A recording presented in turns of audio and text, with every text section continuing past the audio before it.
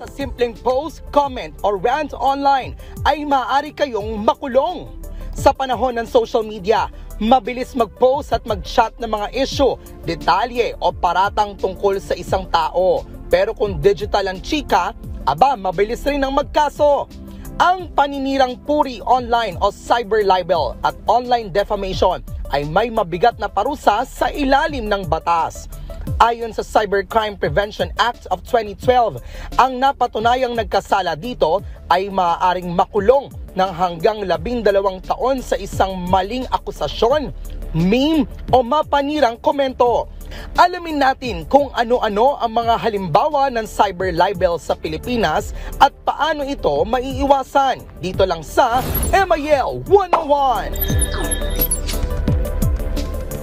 At para gabayan tayo tungkol sa cyber libel at online defamation, lalo na pagdating sa usaping legal, makakapanayan po natin this morning ang abogado ng bayan, Attorney Hayes Mecking. Attorney, magandang umaga, rise and shine. Welcome dito. Good morning, Prof. Alright, Attorney, ano po ba ang ibig sabihin ng cyber libel at paano ito naiiba sa tinatawag nating online defamation o paninirang puri online? Okay, ang cyber libel kasi, ito ay isang krimen na nangyayari sa online. Okay. We use the digital, the computer system, and usually posted on social media, even on blogs and websites, and it also includes the one posted on group chats. Okay. So usually the difference on the online between online the cyber libel and the ordinary libel is that gumagamit ng computer, gumagamit ito, this is done digitally, no? And then so basta yung platform ay through online? Through online, yes. Okay, so whether ang gamit ay group chats or kaya postings, blogs, websites, okay, and even videos, syempre. Yeah, basta nakapost ito, no? Okay. Because you cannot do that without posting, eh. Okay. I understand this is under the Republic Act 10175 or the Cybercrime Prevention Act of 2012. Yes, yes. How does it differ doon sa libel under Revised Penal Code? Ang libel kasi, ito ay ordinary libel, tinatawag, no? Nakasulat laang, hindi naman online. Pwede kong isulat sa papel, basta nakasulat siya, but not online. That's the ordinary difference. And there's another libel which is oral. Okay. We call it slander. Okay, yun. Isa pa. So there are three kinds actually, no? Generally, we have the cyber libel posted online, or you use the digital, the computer, the social media. And the second one is the oral defamation, which is the slander, kasi verbal na pinahiya ka, kasi niyura ka ng iyong pagkatao, ang reputasyon na damage, at saka yung pagpapahiya. Yun kasi ang pinaka-main difference ng talagang cyber libel. Makikita mo kasi, Prof, no, yung pag sinasabi nating cyber libel, na damage ang isang tao, may damage at may identity kung sino nga ba ang pinapahiya nila. So it could be the face, the name, klaro doon sa posting kung sino. Kasi kung sasabihin mo, ako talaga yan, pero wala naman, parang feeling mo lang ikaw, that is another story. You have to prove it in court na ikaw talaga yun, parang ikaw pa yung namimilit na ikaw. May ganun yun? Parang by malice or by, I forgot the isang term, kapag pwede mong patunayan na hindi totoo yung sinabi sa'yo or patutunayan mo na totoo yung sinasabi mo? Well, that's a defense. Sasabihin ng iba, totoo naman na scammer ka, nakabet ka, diba? May mga ganon. Pero take note, kailangan mo munang patunayan na totoo yan. Kasi kung allegation lang yan, that could not be true. At libelous yun. At libelous yun. At pwede kang makonvict niyan sa court, no?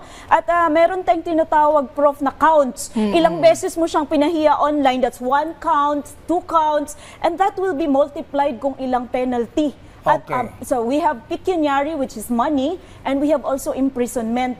So pwedeng both money and imprisonment, or it just could be imprisonment or fine lang. Pagdating sa imprisonment at saka sa bayad or fine, mas malaki ba pag cyber libel? Oh yes, compared sa ordinary libel, sa oral defamation or slander, at saka compared doon sa written na hindi nakapost online, mas malaki ang cyber libel. Or even through arts. Oh yes, yes. Pero hindi masyadong clear under yan sa batas yung sa Okay, sinasabi obscenity law rin ba yun pag gano'n? Oo, pero parang okay. hindi siya masyadong pasok doon, no? So, ang tinitingnan natin tinitingnan ng judge dito, ilang beses mo ginawa, gaano kalalim or kalaki ang damage na nagawa mo, Okay. at kung sino ba tong pinapahiya mo, kasi a person could have a different reputation. Okay. A higher reputation, may iba ordinary lang, so mas mababa. At ilang beses niyang ginawa yun kasi it's called counts. Okay.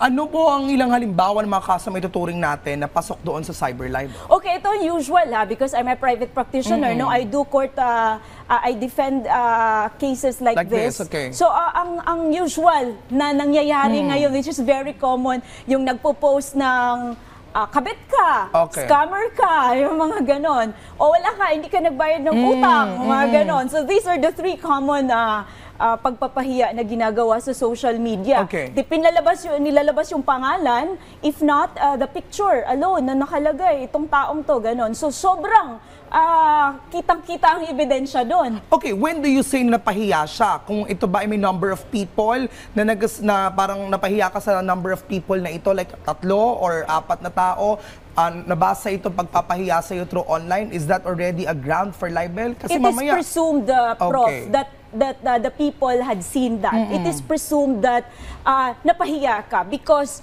online to everybody is using social media, everybody is doing online things, diba? So, Okay. presumed na yun na talagang ang intention is pinapahiya ka. Okay. Malisyoso iyong pagpo-post na yun. Alright, in terms of verdicts, minsan kasi ang pag-file ng kaso, it's either marami siyang pera at dahil niloko mo ko or may dahil nilibel mo ko, talagang gagawin ko ng paraan na makulong ka, or is it all because of emotions? May ganun bang klase mga konsepto? Hindi, Prof. Kasi kapag nag-file ka ng kaso, unang-una, meron ka ebidensya. Okay. Hindi ito dahil mas marami kang pera or mas marami kang kilala or mas magaling ka. But it's because na ikaw na nag-file, may ebidensya ka. Usually, the screenshot. No? This is what you're going to do, no? Sa ating mga kababayan na Okay. nanonood ngayon. You have to do screenshots. Pero di ba may data privacy tayo? Oh, no, that does not Inadmissible. cover. Kasi you're posting it online. It does not cover the privacy. Paano kung group chat? Group chat, marami kayo eh. Okay. So kung group dalawa lang kami, kung dalawa kayo, that's another story. It may not be covered under cyber libel. Depende doon sa pinag-uusapan. Ayun. Pero yun yung number one kasi, Prof, no? You have to get the screenshot. You have to call the attention of those kung sino yung mga naka-witness sa posting na yon. And then, you have to report it to the PNP Cyber Libel, Cybercrime Division kung hindi mo kilala kung sino nag-post. But you have someone in mind, pwede mong idalhin doon or kaya sa NBI. But if you already know kung sino yung nag-post na yon, then pwede mo nang i-file diretso sa fiscal, or if you have your private lawyer, you can do so. Kung wala naman, you can go to public attorney's office, yung mga medyo hindi naman kayang magbayad ng private lawyer. ayun. Attorney Hayes, ano ang parusa rito? We have 4 years hanggang 8 years ang parusa dito. Tinitingnan ito ng judge kung gaano nga kalaki ng damage, no, at ilang counts. Tapos meron din tong 300,000 to 1.5 million na penalty. So pwedeng iparusa sa iyo from 4 years hanggang 8 years, depende sa damage. Pwede ring magparusa sa iyo ng 300,000 to 1.5, depende sa damage. Pwedeng parehas. Or pwedeng isa lang doon. Okay. So, depende talaga sa appreciation ng facts at saka evidence. Okay, so ano ba ang pwede natin payo sa ating mga ka-RSP when it comes to cyber libel? Paano sila dapat mag-ingat dito? Kailan masasabi na dapat itigil nila ang pagsasabi ng mga bagay na wala lamang o ng mga alegasyon lamang at walang basihan pero gusto pa rin nila i-post online? Dapat hindi. Ang advice natin sa ating mga kababayan na nanonood ngayon, huwag kayong mag-post online. Kung may kabet, kasuhan mo ng tamang kaso sa korte. Basta kumpleto ebidensya ka. Kung may utang sa'yo, kasuhan mo rin ng tamang kaso. Ayun. Pwedeng estafa or collection of sum of money or small claims kung below 1 million. Or kung ito naman ay ng scam, kasuhan mo na estafa. So, you have to go to the proper forum. Kasi hindi korte ang Facebook, ang TikTok at kung ano pa yung social media platform. You have to go to court properly, hindi pagpapahiya ang solusyon para makamit mo ang hustisya na ikaw ay naagrabyado. Kaya ka pala abogado ng bayan, tayo nga ipaglalaban mo. On that note, maraming salamat po. At Attorney Hayes sa pagbagabay sa amin tungkol sa cyber libel at online defamation. Ayan ang mga ka-RSP. Gaya ng sinabi ni Attorney Hayes, mag-ingat sa mga pinipost online dahil hindi natin alam ang posibleng consequence ito. Sabi nga nila, ignorance of the law excuses no one. Kaya mas mabuti nang maging maalam at maingat ingat tayo. Yan po ang ating pinag-usapan sa MIL 101.